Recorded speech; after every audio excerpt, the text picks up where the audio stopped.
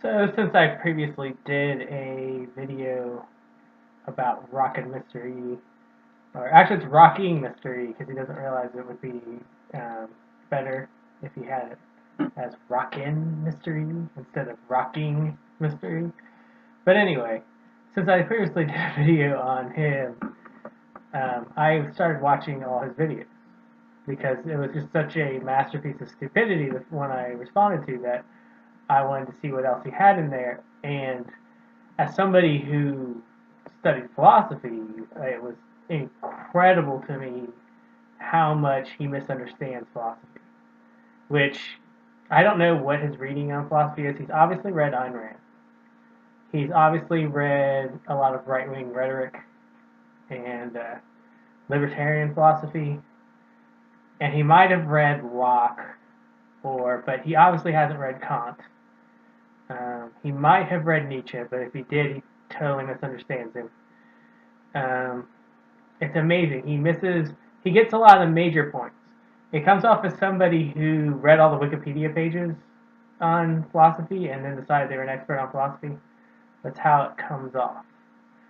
So I'm going to do a series, and it's going to be called Bad Philosophy with Rock and Mystery, and I'll see how long we can keep this going. Because I'm sure you could learn a lot about philosophy just listening to me tell you all the things that he got wrong. Now, this one, he's going to talk relativism. Almost none of the philosophers he mentioned are relativists, which is what is funny about it, but he really gets Kant wrong. And I am a Kantian, um, a moral Kantian, mostly, not really like a metaphysical Kantian, or though I pretty much have free will and morality, and my views are based on Kant. But when it comes to metaphysics, um, I have some agreement with him and some not so much agreement with him. But Rock and Mystery does not understand Kant. And Ayn Rand did a critique of Kant, which is hilariously bad, and it seems like he hasn't read Kant, but he's read Ayn Rand's critique, and he's just doing a parroting of her critique. So anyway, let's start talking about his moral relativism. What's particularly annoying about relativists is that they act as though they're arbiters of inner gnosis. Or the more irritating is that they seem to think their philosophical views are new, while science is somehow out of date.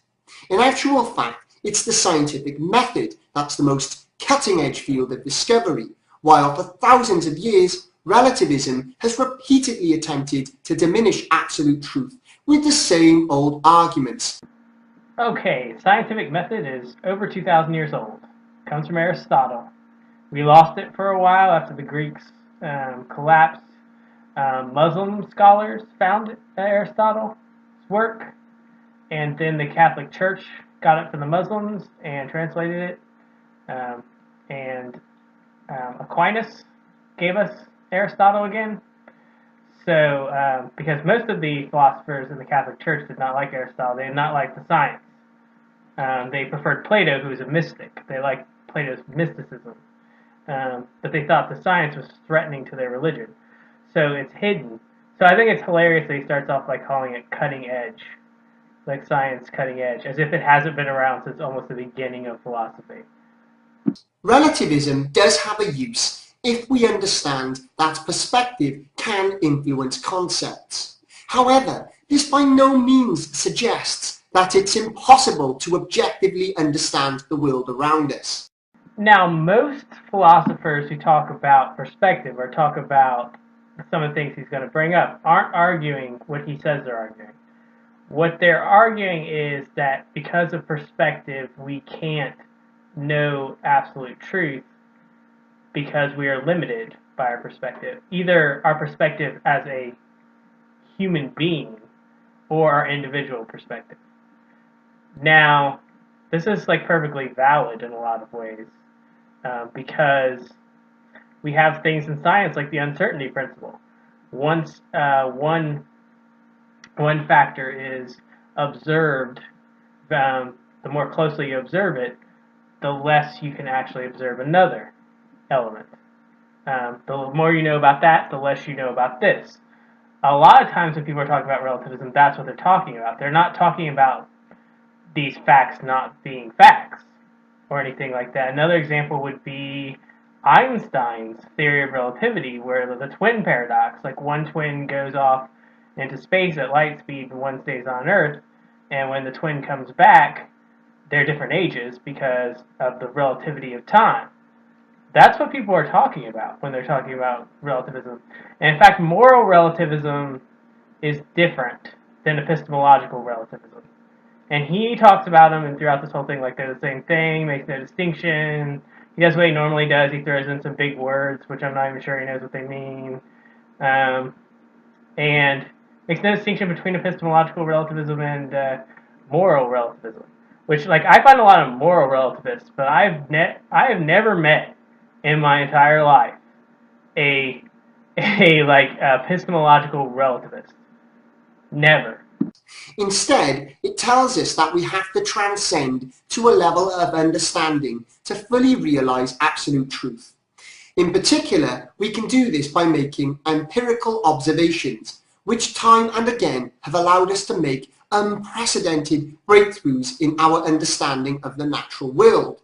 Sadly, relativists regularly try to attack science by claiming that this is largely or even completely impossible to achieve. Once again, people who are criticizing this kind of thing are usually, they're either taking one tact, like when Nietzsche does it, when Nietzsche criticizes science, what he's saying is science can't give us values. And he's afraid if we base our values on science, we're going to be really bad off. That's what he's afraid of. Now, the postmodernists, like, deconstruct everything and want to, like, rip everything apart and just say that we made up all these structures. Like, science, they're total scientific anti-realists. Which, once again, in philosophy, this is a minority opinion. I don't see, like, a lot of scientific anti-realists walking around. Like, I'm a scientific realist, and I think this guy's a raving moron. Like, a complete moron. I disagree with him on almost everything. But I am a scientific realist. In philosophy, that's what that term means. I'm not a relativist. I'm not a moral relativist. I'm not a scientific relativist, whatever that means. So, I'm not an anti-realist in either of these. I'm not an anti-realist. That's the term he should be using, is anti-realist. Because there's a scientific anti-realist there, and there is a moral anti-realist. Relativist is much more specific than that. A perfect example of this are the science wars that sparked up in the 90s, when postmodernists took it upon themselves to fallaciously claim that science is unreliable. Unsurprisingly, the arguments put forward could not be verified by any evidence, instead relying on the same old points that relativists have always reverted to. Okay, I'm not a postmodernist. I don't like postmodernist philosophy. The only postmodernist I really know a lot about is Derrida. But here's the thing. Like, he doesn't seem to get that science, the scientific method, is not verified by the scientific method. And if it was, that would be begging the question. The scientific method is a system of axioms. And in fact, that was what Aristotle based science on. He's like, here are some axioms that we're going to base it on. And they're self-justifying in the sense that they successfully make predictions. And when science successfully makes predictions and we can repeat our experiments and get the same results, that's when it verifies its axioms. But we are kind of flying blind in the sense that we don't completely understand how science works yet. We 100% don't understand it. Like, we, like, 90% maybe understand it. And we know how to tell the difference between science that works and science that doesn't work. But it was a long, painful process of us getting to that point. And he seems to think that science works like magic. And it reminds me of a scene in Kurt Vonnegut's Cat's Cradle where there is this dictator and he's dying and he says, teach the people science because it's magic that works. And somebody who thinks science is magic that works, which seems to be like his kind of view on science, is not somebody I want anywhere near science because they don't understand it. The first major relativist philosophers were the sophists of ancient Greece, and it was Protagoras who stated that man is the measure of all things. This sounds familiar given that all relativists that superseded Protagoras including the likes of Immanuel Kant, Friedrich Nietzsche, and of course the postmodernists. Now, most of the sophists in Greece probably were not relativists. In fact, when that statement was said, it was extremely controversial at the time, as far as we know, because our history of that era is not very complete. But Kant, not a relativist at all, not even close. It's ridiculous to call Kant a relativist. In fact, Nietzsche hated Kant because he claimed that morality was objective. Nietzsche had a total hard-on for Kant. He absolutely hated him with a passion. And that's because Nietzsche is a relativist, but he's a moral anti-realist. Nietzsche is an extreme moral anti-realist. Now, the postmodernists, too, are moral anti-realists as well. These are the only relativists he mentions, the postmodernists and Nietzsche. And in fact, he'll go on to talk about existentialists. Now, Nietzsche is not an existentialist. He is what influenced the existentialists. The atheistic school of existentialism is influenced by Nietzsche. The theistic school of existentialism is influenced by Kierkegaard. Have argued that absolute truth is impossible due to the limits of human perception. Plato countered the views of Protagoras by using his concept of the divided line. Plato places relative knowledge at the bottom of the line, while the top of the line is occupied by objective truths. Plato felt that if we strive to understand reality, we can elevate our understanding. By modern standards, this method is however limited, given that it paints the world as a dualistic realm. Now, what's kind of funny about this is he claims that all these philosophers are relativists. Well, Plato is not an empiricist. Plato, like Aristotle, went in a totally different direction and created the scientific method. Plato believed that your mind, your understanding, your a priori knowledge was where you, that term wasn't used yet, but where you really got understanding. He doesn't rate, in fact, on the very thing that he shows, the very part of the Republic he's showing, Plato doesn't actually rate the actual empirical experience of things very highly on knowing things. It's your philosophical understanding. In fact, this is almost exactly like the conclusion that Kant would come to when he tried to put rationalist and empiricist things together. But he thinks Kant's a relativist. Plato, there's more of a case for Plato if you use this same logic he's using, being a relativist, than there is for Kant being a relativist. Because Plato's a mystic, first of all. He's not an empiricist. He's not even close to being an empiricist. He was he was worried constantly about your senses fooling you. If you read Plato, he's doing that all the time. That's why I think this guy doesn't know anything about philosophy. He's just cherry picking. He's picking and choosing little stuff. He got this off of the Stanford Encyclopedia. He links the Stanford Encyclopedia a lot, and I think that's what he does is he just reads it. The Stanford Encyclopedia is kind of dense too and hard to understand if you don't know a lot about philosophy. So it's possible he just reads parts of it, or he reads it and doesn't understand it. Because I seriously doubt he's reading all these philosophers. Because I've actually read them, and he doesn't seem to have much of an understanding of them. Religious philosophers such as Immanuel Kant were principally interested in defining a concept of God during a time when science was making it increasingly irrational to believe such a being could exist. Once again, it was perspective that Kant relied upon as the basis of his philosophy. Okay. My girlfriend, who is a scientist, this part of the video that I just showed where he calls Kant a religious philosopher and then claims that science actually debunks God, she laughed her ass off. And every time too, when I was cutting this up and editing it and everything, she would laugh every time it came on. Because it's absolutely the most absurd thing imaginable, because Kant doesn't use God as a basis for anything. He does discuss the existence of God, and in fact he spends a lot of time debunking a lot of the claims, such as the ontological argument, the cosmological argument, and the teleological argument that the rationalists use. He actually shoots all those arguments down, and he does talk about God, but only in texts where he's specifically talking about God. When he's talking about his metaphysics, he doesn't appeal to God. When he's talking about his morality, he doesn't appeal to God. If anything, he does the opposite. He establishes his metaphysics and his morality, and then tries to, like, say, well, because these things exist, then God exists. And some people, some revisionist Kant scholars want to go back and say Kant he was pandering, that he didn't really believe in God, which is possible, but I doubt it. I seriously doubt it. But anyway, most people at Kant's time believe in God. Most intellectuals believe in God. It's not like weird that he believed in God. And even if he was a contemporary philosopher, saying, "Oh, he's an idiot because he believed in God," is like the dumb fucking fallacy. So yeah, that would be like saying that Nietzsche, we should agree with Nietzsche, who is a relativist, because he doesn't believe in God. Now that's just retarded. As for Kant basing everything on perspective, there is like a principle of perspective in Kant's work. That's not what he bases on. Everything he does is supposed to be based on reason, or pure reason, as his books are called, The Critique of Pure Reason and The Critique of Practical Reason.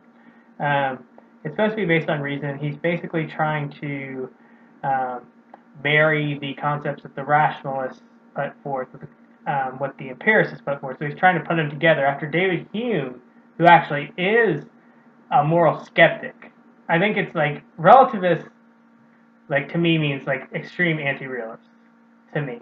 Like you can argue that that's not what it means. That you can say that Hume was a relativist, but I don't think moral skeptics count as relativists, because they're basically questioning whether there are moral truths, not asserting that there are no moral truths, which is different.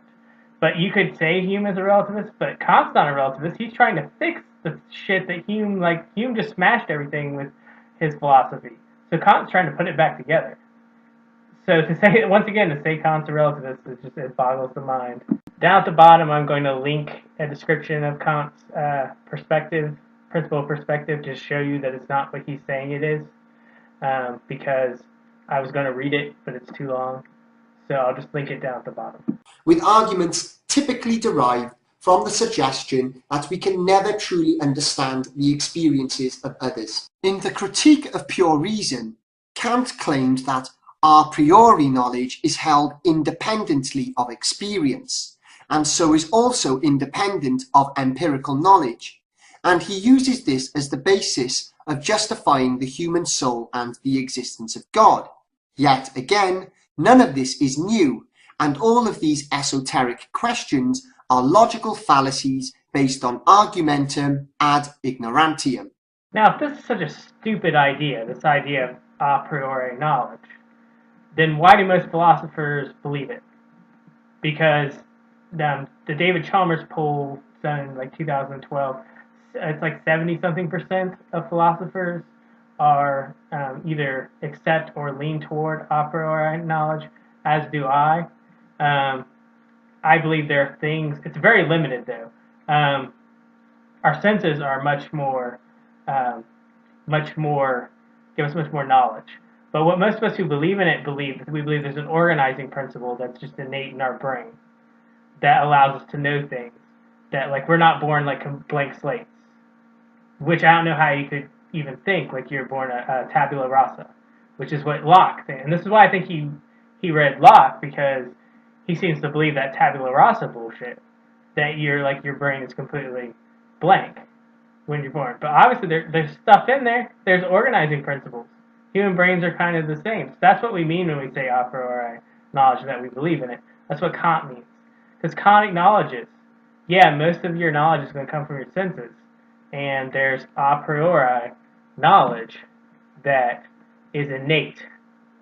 These ideas can be traced back to the problem of other minds, which has bogged down philosophers for millennia.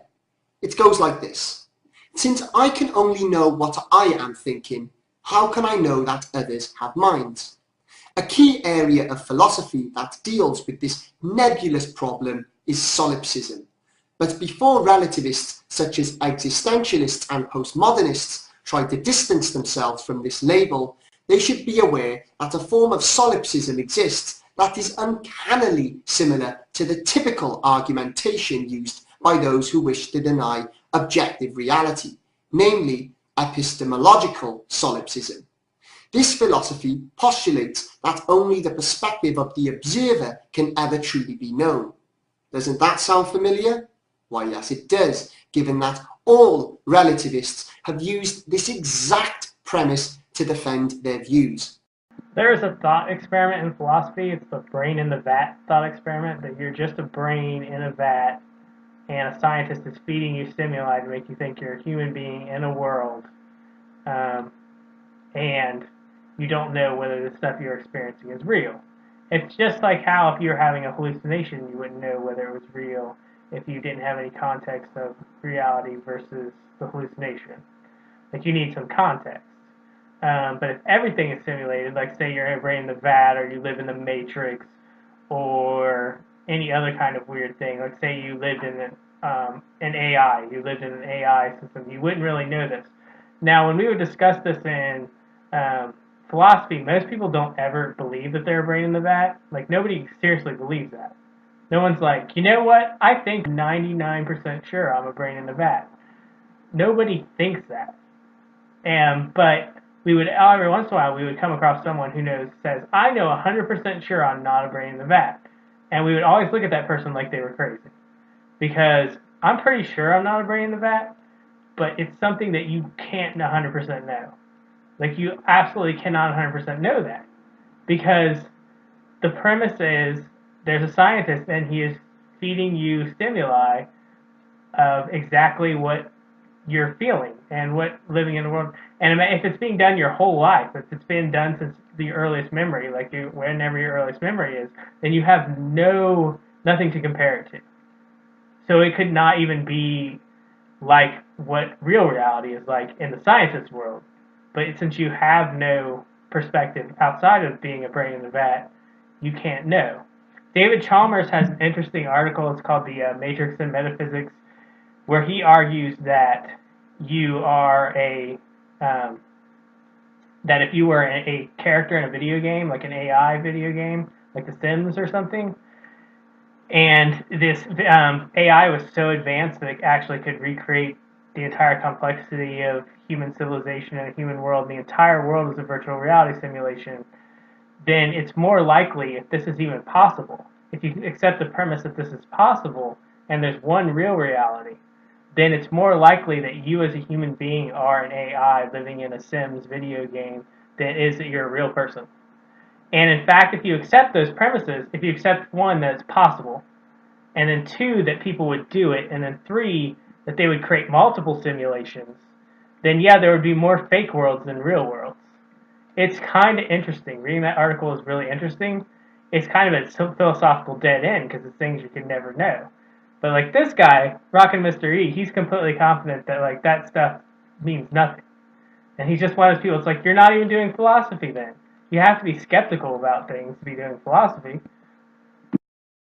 I could spend all day forming counter-arguments for the rubbish that relativists concoct, but they're all largely taken from the argument of perspective. This, of course, is hugely exaggerated, given that there are countless examples of independently formulated objective truths that make up human understanding. Take mathematics. Archimedes developed calculus over 2,000 years before Newton and Leibniz formed their own methods in the 18th century. This was only realized in 1998 when the owners of a strange book took it to an auction house, only to later discover that it previously belonged to Archimedes and was lost for all this time. Therefore, there are two completely independent moments in time when calculus was defined, which would be impossible if calculus were relative. So what he's talking about here, first of all, he gets the story about Archimedes' book completely wrong. I looked it up just to get the details of it, because I thought he got it wrong, and he gets the year wrong, and he gets the details of it wrong. But this is true. They did find out that Archimedes, he had a logic game that is similar to calculus. Now, he didn't create an entire system of calculus. Like, the way he tells it, you think that he created an entire system of calculus and nobody knew about it. And then Newton created his system, and then Leibniz refined Newton's system. Calculus is the study of or of change in mathematics, we don't still know, philosophically, we don't know how mathematics work. And in fact, I don't have a strong opinion on it because philosophy and mathematics is not a field that I know a great deal about. But the way mathematics is usually viewed is we usually view it as a language. And Kant considered, he called mathematics what he called synthetic a priori, because it is a language system that we use in order to represent concepts. Now, math has a relationship to reality, but we really don't completely understand what that relationship to reality is, and it's very much debated, and there's an entire philosophy of mathematics. So, like his claim here, we do know that math has a relationship to reality. It has some kind of relationship. It's either a representational relationship or some other kind of relationship. But like that's all that proves is that it has a relationship to reality. Like yes, mathematics are objective, but when he's talking about relativism, what does that have to do with moral relativism? What does that have to do with scientific realism? Like these are independent of each other. Like you can't just make a blanket statement. Relativists also claim that language and literacy are drawn from perspective, and since this is the basis of communicating the scientific method, this makes it flawed. But again, literacy and language have both occurred at completely independent times and places. It would be impossible for distinct human descriptions of reality through literature and language to be so remarkably similar if perspective made these things relative. All right, once again, this is like what the postmodernists claim. There's no one else who claims this other than postmodernists. All these other guys he claims are relativists, Nietzsche, Kant, they don't make any claims like this. So he's just talking about postmodernists right now. But when we're talking about language, language, yes, is representational. It's representational of reality.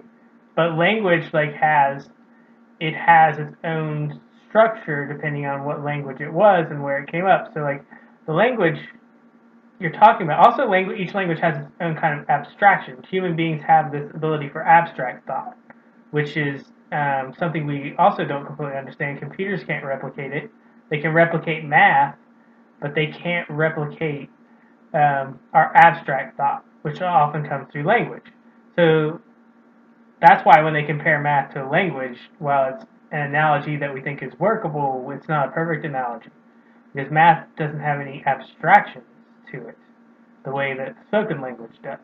Now, when he says that language represents reality, I don't really even know what he's talking about. Because of course it represents reality. Like a tree, if there's a tree in your culture and you develop the language, then yes, every culture that has a tree in it is going to have a word for tree. I don't really understand how he's saying that makes anything objective. But here's the thing. Almost every culture has their own flood myth. Does that mean that the biblical flood, really happened? Because religious people will make that argument. That because the flood myth is in every culture, there are ghosts in a bunch of different cultures. Like Japanese mythology has ghosts in them. And other mythologies have ghosts independent of Japanese. And in fact, many myths have a lot of similarities to them. Now, I could say these myths are true based on his same logic. So, according to his logic, since independently the flood myth about gods occur independently, how do I know that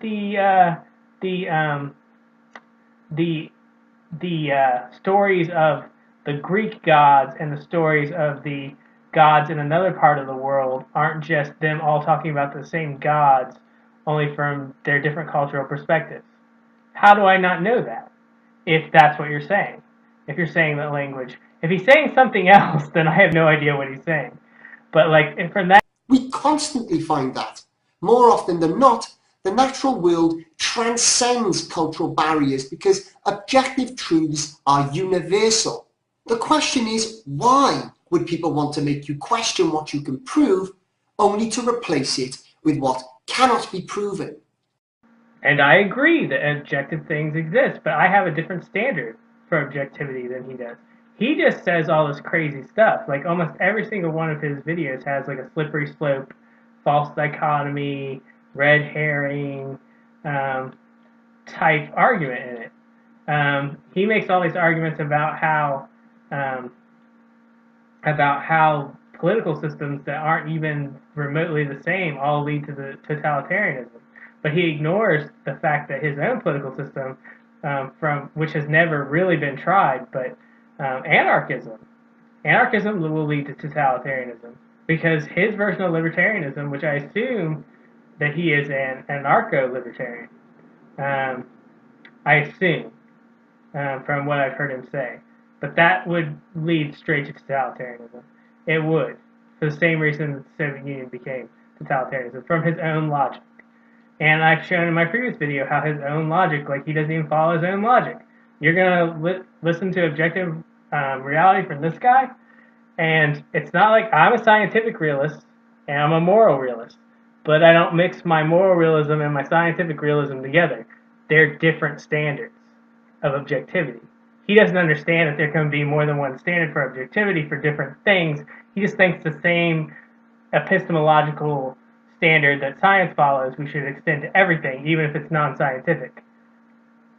There's a lot of people who feel that way.